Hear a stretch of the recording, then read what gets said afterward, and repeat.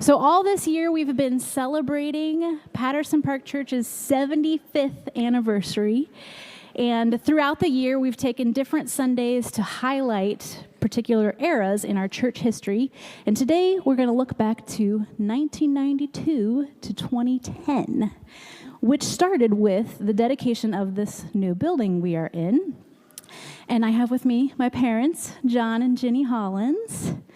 And since you guys were married at Patterson Park in 1974, were you there for the new building dedication, and what did it mean to us to get this property?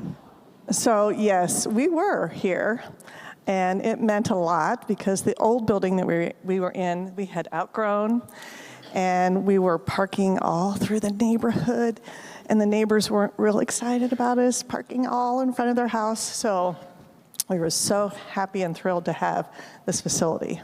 Yes, and I remember being at the groundbreaking ceremony. I think I was in like third grade, and it was freezing.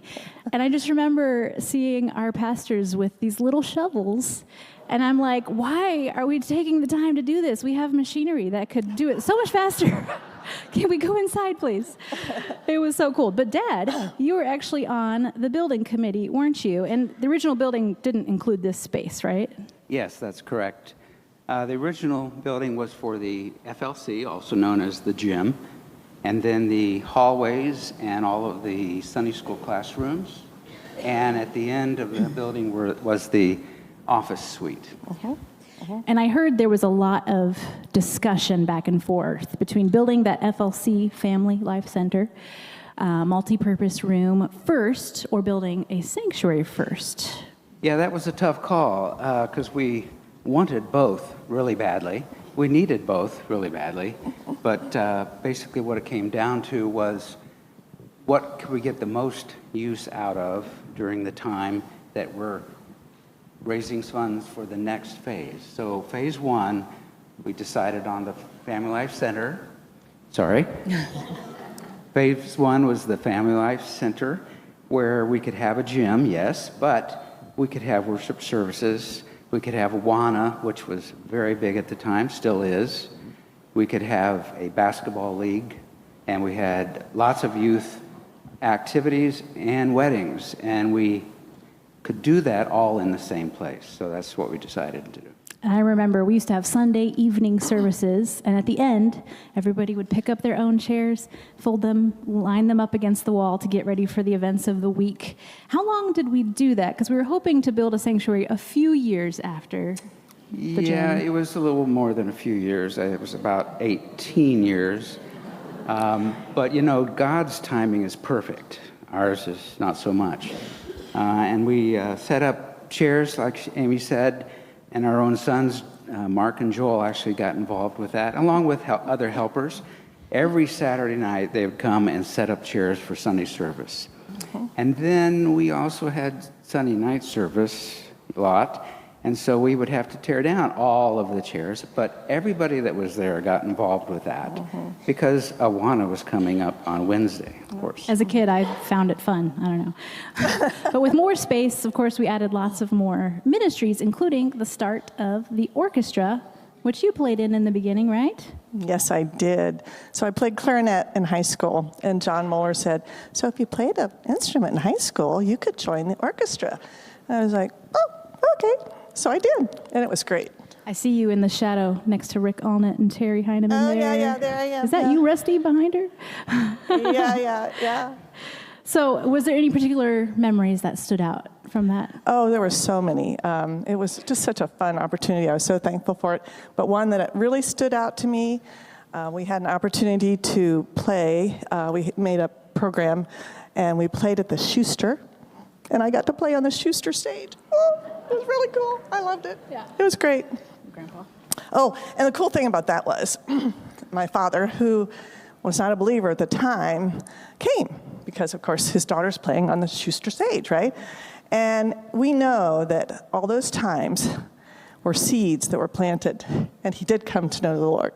So we're very thankful for that. Yep. And there was lots of other ministries, of course, that started during that time. Just to name a few, our beginning of our ASL interpretation, which we still have today, the annual 5K race, which I've run in one time. Maybe next year John Muller will drag me along with Joey. Our Prime Timers, which was our senior adult group, which is now called the Amazing Grays. Yes, lots of cool activities. Check them out. And our move from deacon-led to elder-led structure. Of course, new staff, new pastors. Before that period, John Moeller was already here, as we mentioned. But in that time, we gained Joe Godwin over 20 years ago. Yeah. It's okay. You can show some love. And, of course, Pastor Boucher, David Boucher. I don't know if he's here. That's a very recent photo. Which it'll be 20 years for him this February. And those of us who are already around him, we call him Pastor Boo for short, because he's our children's pastor. And if you know him, you know his passion for Operation Christmas Child, because we love acronyms, OCC. And it has a fascinating history. It actually is connected to the Dayton Peace Accords and the end of the Bosnia-Serbia conflict. And Patterson Park got involved pretty much near its inception in 1993. And since then, 232 million children in over 170 countries have received shoebox gifts, which aren't just Christmas gifts, but of course contain the gospel in their language. And over 24 million boys and girls have decided to follow Christ directly through this ministry. Let's take a sneak peek at this ministry and see if you see a familiar face. Hey, what's up? I'm Joey Turner. Follow me as we go on the adventure of My Shoebox Gift with Operation Christmas Child, a ministry to children around the world through Samaritan's Purse. I'll be taking you on a unique journey from start to finish of My Shoebox through the world's largest international children's Christmas project, Operation Christmas Child.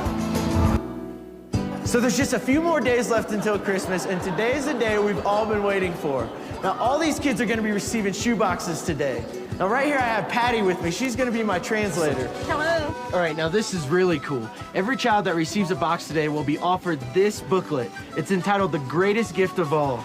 Hey Joy, this is a key material for our ministry, and children love these materials. Oh, wow. It's a picture book that illustrates the gospel. So who's ready for some shoeboxes? Entonces, ¿quién está listo para estas cajitas?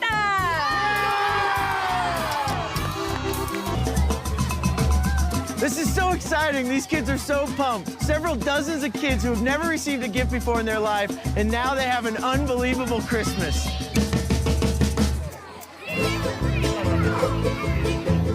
So this is Kevin. He received the box that I packed. Kevin, which item did you like the best? Kevin, ¿qué te gustó? I like this one. Lo que recibiste. This bear. The bear? Yeah. You know this ball's going to some other kid? Hey, I think he could play for Ohio State.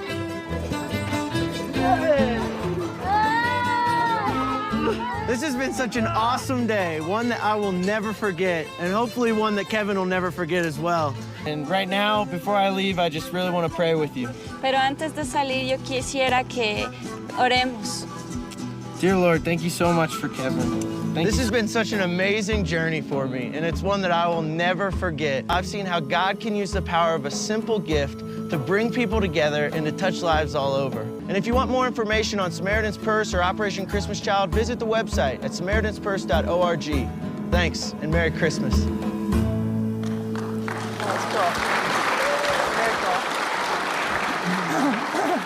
Yes, that was our own Pastor Joey Turner just a few years ago. Just a few. It was impressive, though. I think you were in high school when you did that, right? Or college? Yeah, high school. Wow. So eloquent. So, yes, our lobby is going to be filled up very soon with those boxes that you can collect and fill and bring back. Our collection Sunday is November 23rd. Now, Mom, as we prepared, you shared with me an overall thought about this 75th anniversary. So we are so incredibly thankful to have been able to fellowship with this body of believers for over 50 years. We've been able to serve and participate in ministries locally, internationally. We've had pastors and ministers who have had such a godly influence in our lives. and walking through incredibly joyous times and some very difficult times. And we know it wasn't by accident, but it was by design. That God's gracious hand, that we've been allowed to stay here and fellowship with this body of believers. And last week we sang a song, and I really feel like it's probably a lot of people's song, but I feel very like it says what I feel. And the song was, "All my life you have been faithful.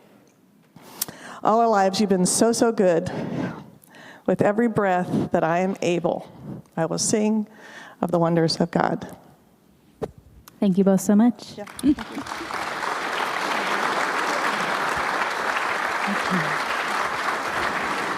It truly is all about His goodness, His faithfulness. And we've looked back a lot this year and recognized lots of people who've served PPC through Christ, and it's really all the Lord's work for His glory and His good.